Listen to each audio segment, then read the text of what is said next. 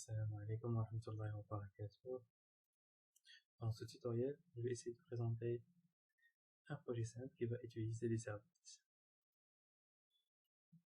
Donc, le scénario qui sera adopté ici, un utilisateur, via son navigateur, va essayer de soumettre une requête avec des données. Et donc, cette requête sera analysée et traitée par une certaine service. Et bien sûr, à la fin, la service va générer un contenu dynamique, si vous voulez, et personnalisé, qui sera renvoyé bien sûr vers l'utilisateur.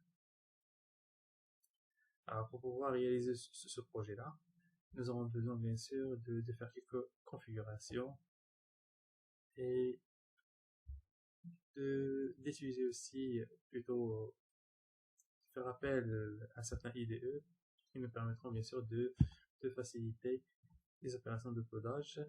Donc il y en a plusieurs. Moi j'opte pour Eclipse, mais comme vous connaissez déjà, donc il y a NetBeans, il y a IntelliJ, etc. Il y a pas mal d'environnements en fait qui nous permettent de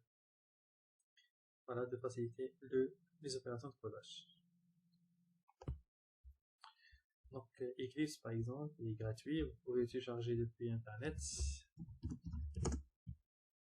Essayez de télécharger le package qui est réservé au développement des applications d'entreprise.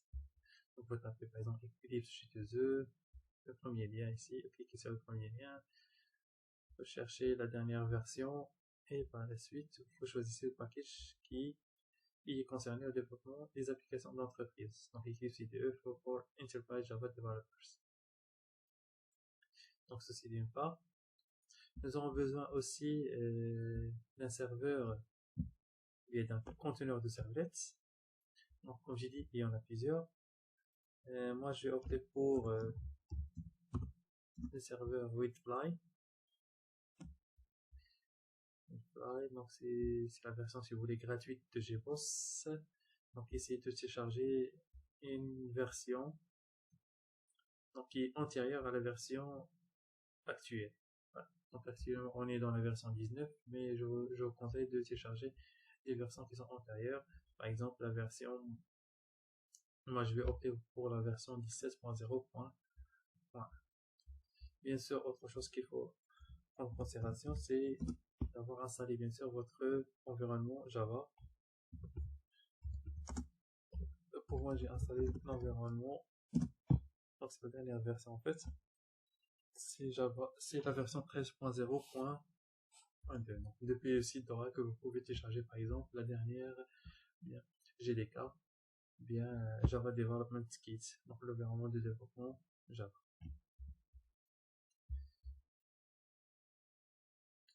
Alors, et bien sûr, vous devez l'installer sur votre machine.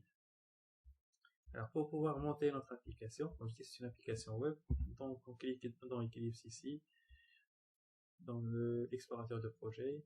Donc, sur New, et il y a Dynamic Web Projects. Donc, une application web qui est basée, comme j'ai dit, sur la technologie des servlettes. Donc là, je vais nommer ce projet, cette application tuto servlet. Bien sûr, je peux configurer aussi l'environnement d'exécution. Par exemple, si vous avez opté pour Withfly 18, la version 18, vous pouvez par exemple spécifier quelques informations ici. Le plus important, c'est de choisir, bien sûr, le chemin où vous avez décompressé par exemple votre serveur, puis les dossiers de votre serveur. Pour moi, comme j'ai dit, pour la version 17, je l'ai décompressé dans la partition C. Et voilà, je choisis le chemin. Ça, c'est la version 17. Donc là, pour vous, il faut cliquer sur, si vous avez la même version, donc vous devez cliquer bien sûr sur le file 17 et ainsi de suite.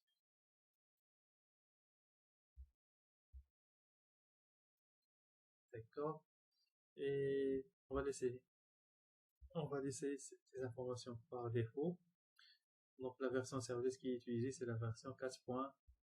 Donc les modules service qui sont utilisés, c'est la version 4.0. Par la suite, je peux configurer donc les dossiers qui vont contenir mes fichiers sources. Donc je peux par exemple laisser, cette information par défaut comme celle-là, ou bien je peux bien sûr la paramétrer. Donc je vais ajouter la mienne. Par exemple, je veux que mes fichiers Java donc, seront placés par exemple ici.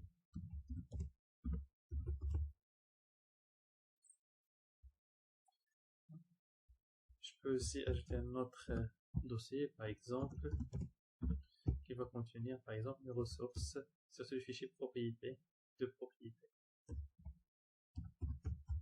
Donc je vais le nommer ressources. Aussi pour le dossier principal, je peux le paramétrer. Donc le dossier principal, c'est le dossier qui va, ou bien le dossier racine qui va contenir l'ensemble des ressources qui sortent de mon application. Donc c'est le contexte root. Donc, je vais le nommer par exemple web apps par exemple. Et je clique sur finish. Voilà mon projet. Donc si vous remarquez ici, donc il y a la création de dossiers si vous voulez, Java et ressources qui vont contenir mes sources, d'accord, voilà. Oui, mais Java et les ressources. Dans WebApp, vous allez trouver bien sûr le fameux dossier. Dans Web Apps, vous allez trouver le fameux dossier WebApp qui va contenir, comme j'ai dit, les ressources de mon application, donc les sources de mon application, à savoir les fichiers compilés, les bibliothèques, les dépendances, et aussi le fichier de configuration, par exemple, c'est sollicité par l'application. Donc on arrive ici pour on va créer par exemple un package qui va contenir notre servlet. Donc package, je vais nommer .usali.servlet. Et dans son package, bien sûr, je vais ajouter une servlet. Servlet. Donc la servlet, je vais la nommer test servlet. Next. Et il faut faire attention pour le nom de ma page. J'ai la possibilité de le modifier, donc edit. Donc je vais le simplifier par exemple avec le terme test. Okay. Alors le nom de ma pin servlet, ça va figurer dans l'URL. Et ce nom, ça va désigner quoi? Qu'on fait appel normalement à cette servlet là qui est son nom test servlet. Donc si dans l'URL ça figure ce nom de ma pin, ça veut dire quoi? On sollicite l'exécution de cette servlet là qui se nomme test servlet. Et maintenant on laisse les implémentations des méthodes par défaut. Donc ici, Eclipse va automatiquement redéfinir les méthodes de post et de get. Pas redéfinition, mais il va les implémenter en fait. Alors, si on script le code de notre servlet, on pourra voir ici que il y a une annotation qui est positionnée au début, et on a passé à cette annotation quoi comme valeur, donc une chaîne de caractères qui précise le nom de mapping de la servlet. Ça veut dire quoi? Ce nom de mapping fait correspondre et correspond à cette servlet là exactement. Lorsque ce nom de mapping figure dans l'URL, ça veut dire quoi? On sollicite d'exécuter cette servlet là. Voilà. Comme j'ai dit dans le scénario, en fait, l'utilisateur va se mettre une requête. Donc, une requête, en fait, get, parce qu'il va demander une ressource. La ressource qu'il va demander, c'est quoi? C'est cette ressource-là, la ressource test. Parce qu'il va demander, comme j'ai dit, il va envoyer avec cette requête, en fait, il va accompagner cette requête avec des données. Donc, la première chose que va faire la servlet, c'est de récupérer, en fait, ces données. Ok. Ces données appartiennent bien sûr à la requête, donc on va les récupérer à partir de l'objet requête.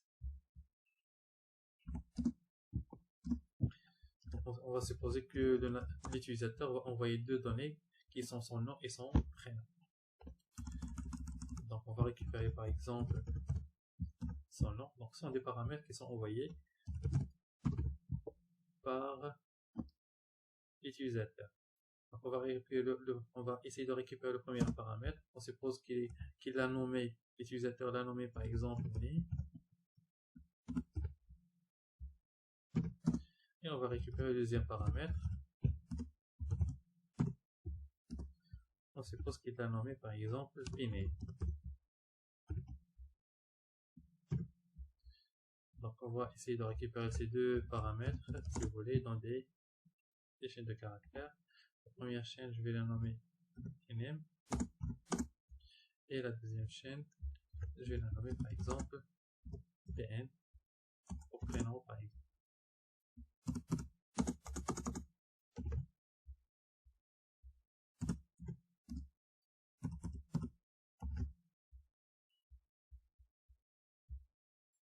On va ajouter un petit test qui est simple, parce que lorsqu'on va solliciter, si on veut solliciter cette interface sans paramètres, donc on va essayer d'afficher l'information, si vous voulez, avec des valeurs qui sont vides. Donc on va revenir sur ça par la suite. Maintenant, une fois qu'on a récupéré ces données, la serviette, qu'est-ce qu'il va faire? Il va générer un contenu. Donc le contenu qu'il va générer, en fait, c'est un document HTML qui sera envoyé vers l'utilisateur, vers le navigateur et donc vers l'utilisateur. Donc ici, on va essayer d'écrire quoi? Du contenu textuel dans le corps de la réponse HTTP. Donc l'objet qui sera sollicité, c'est l'objet response.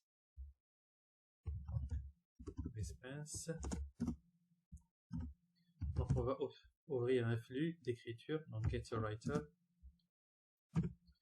Donc ce flux, bien sûr, je vais le marquer par une variable. Et cette variable, bien sûr, il est de type print writer. Donc c'est un flux en écriture.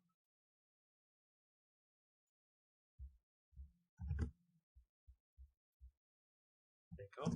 Et par la suite, je vais essayer d'écrire dans ce flux, bien sûr, le document HTML à envoyer. Donc il y a la méthode println.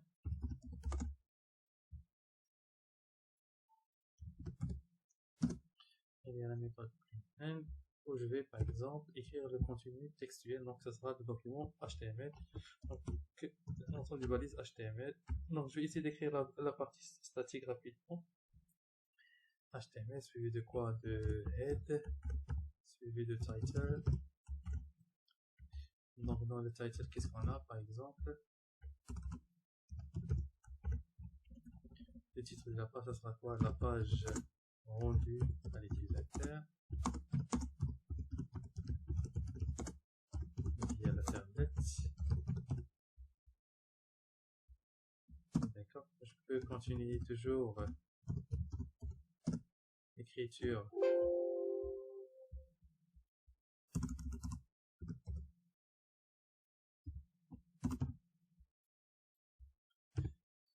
Je continue l'écriture de mon fichier HTML qui sera affiché par le navigateur. Donc après title par exemple, il y a la fermeture de la balise head. Je vais la fermer ici juste pour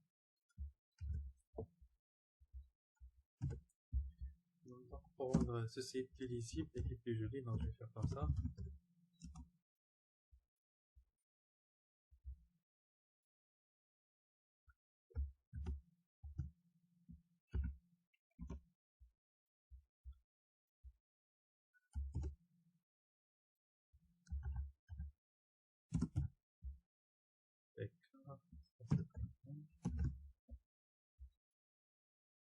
D'accord, et par la suite je vais afficher quoi?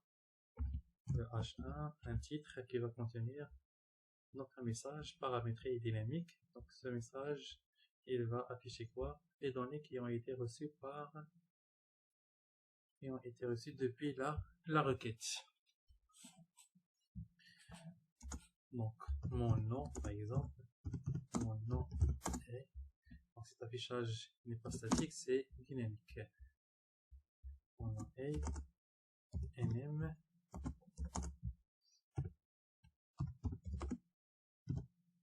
Mon prénom, deux points.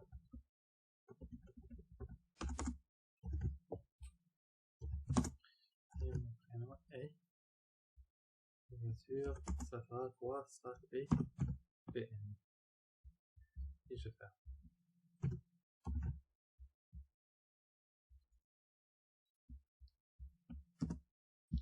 Et je ferme. Donc ce qui me reste c'est quoi? En fait c'est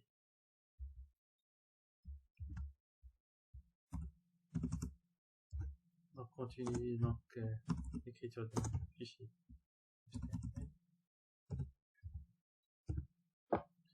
Donc là je vais fermer bien sûr, je vais fermer le titre.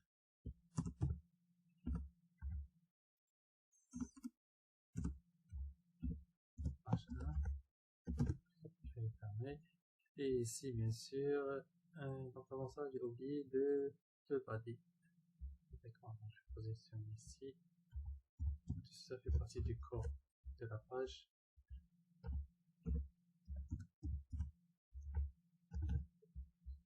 Et en fin de compte, je vais essayer d'écrire ici, bien sûr, je vais fermer mon document HTML.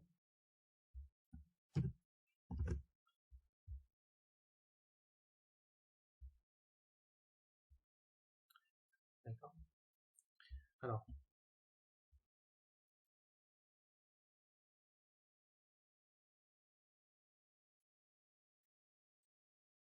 donc on va essayer d'exécuter celle-là.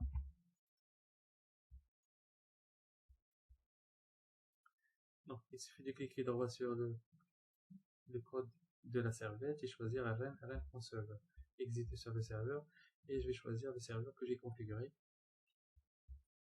comme environnement d'exécution. Next. Automatiquement, le dossier, plutôt le projet, sera déployé sur le serveur et par la suite, je clique sur Finish.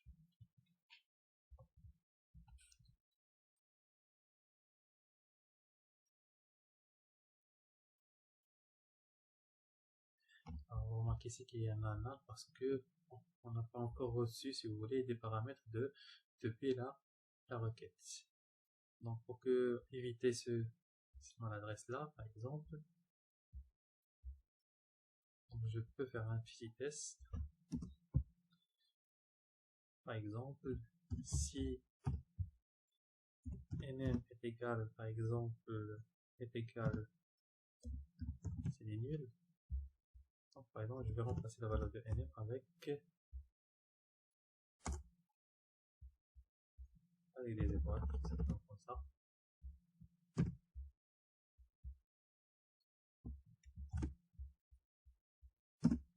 Je fais pareil pour pn.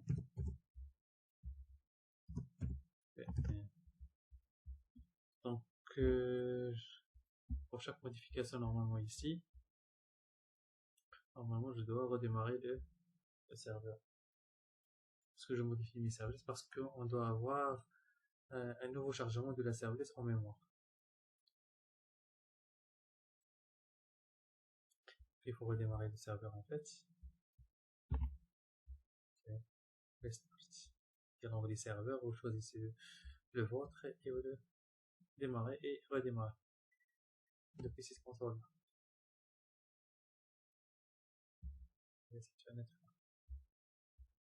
Alors si j'actualise maintenant, voilà.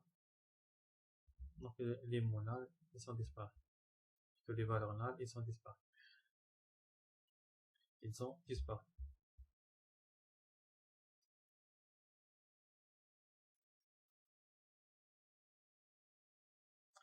Alors, ce qui nous intéresse, c'est ça. On suppose que ça, c'est notre navigateur Chrome, par exemple. Donc, je vais essayer moi, c'est l'utilisateur. Donc, je vais essayer de se mettre une requête de la sorte. Dans cette requête, bien sûr, je demande quoi? L'exécution de la servlette qui est le nom de ma pin test. Et ce nom de ma pin, on a dit quoi? Normalement, c'est le nom qui est spécifié après la notation web servlet qui disait normalement cette servlette. Alors, je vais accompagner cette requête comme j'étais avec des valeurs. Donc, pour cela, je dois ajouter ce qu'on appelle la query string. Donc, la première valeur, on l'a nommée name. Donc, je vais écrire mon nom, par exemple. Et puis, pour la deuxième valeur, spécifier la deuxième valeur, donc je dois faire quoi? Donc ajouter ce qu'on appelle un A commercial. La deuxième valeur c'est quoi? En fait c'est le pname, elle est égale à quoi? Elle est égale à mon prénom. Donc toute cette partie là c'est ce qu'on appelle query string. Il contient deux paramètres qui sont envoyés, le paramètre name et le paramètre pname. Voilà la première valeur du paramètre name et ça c'est la deuxième valeur du paramètre pname. Donc lorsque je vais appuyer sur entrée, une requête sera envoyée vers le serveur et elle va demander l'exécution de quoi? De la serviette qui est le nom logique test. Et à cette serviette on va passer comme paramètre quoi? Ces deux paramètres, le paramètre name et le paramètre pname. Ce que je fais comme ça, voilà. Le serveur il va interpréter la chose. Il va récupérer les données des paramètres name et pname. D'accord? Il va nous rendre, il va écrire dans la réponse HTTP, bien sûr un document HTML, donc dynamique, qui contient bien sûr ces deux informations personnalisées. Voilà, mon nom est et mon prénom est. Donc ceci est un exemple. Je peux faire mieux. Donc je peux par exemple agir comme j'ai dit en utilisant l'objet HTTP server display. Je peux agir, je peux écrire n'importe quelle information qui fait partie, si vous voulez, de la réponse HTTP. Donc je suppose je vais associer à cette réponse quoi? Par exemple une cookie. Donc pour cela, donc je vais écrire ça, response point, par exemple ajouter une cookie. Donc new cookie. Cette cookie je vais la nommer cookie 1 par exemple. Et sa valeur ça sera par exemple juste pour le test la première cookie. Ceci d'une part. Je peux aussi ajouter une valeur d'entête à la réponse HTTP. Donc response.addHeader. Donc l'entête je vais la nommer entête. Et comme valeur je vais donner par exemple mon entête.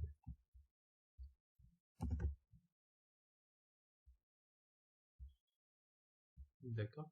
Donc si je fais comme ça, donc je vais écrire comme ça run. Donc je vais essayer d'exécuter ma service, mais bien avant il faut redémarrer, comme j'ai dit, il faut redémarrer mon serveur. Donc restart.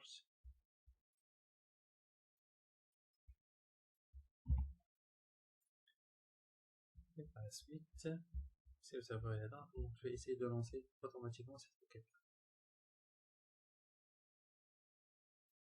Juste pour savoir est-ce que ça marche ou non, je vais modifier ça, par exemple. Je vais taper, voilà. Donc la requête elle est passée. On a reçu maintenant la réponse ici, dans cette page-là. Donc sur Chrome, pour pouvoir voir, bien visualiser la réponse HTTP, on tape F12. Voilà. Et on choisit Network. Donc j'actualise. Et voilà, ça c'est ma requête HTTP. Si je clique ici, voilà, on obtient plutôt la réponse HTTP. Donc la réponse HTTP, comme je dis, il y a le code de retour, il est positionné à 200. 200 ça veut dire quoi? On a pu satisfaire la requête des clients, sans problème. D'accord. Donc les informations qu'on a ajoutées, ça se trouve où? Voilà. Donc en valeur à la propriété cette cookie, on a ajouté cette valeur-là, sous forme de clé valeur. Donc voilà ma cookie qui est nommée CK1 par exemple, et voilà sa valeur. Donc on a pu ajouter une cookie par exemple à notre réponse HTTP, et pareil on a ajouté aussi une entrée qui concerne l'entête, donc qui est nommée entête, et voilà sa valeur.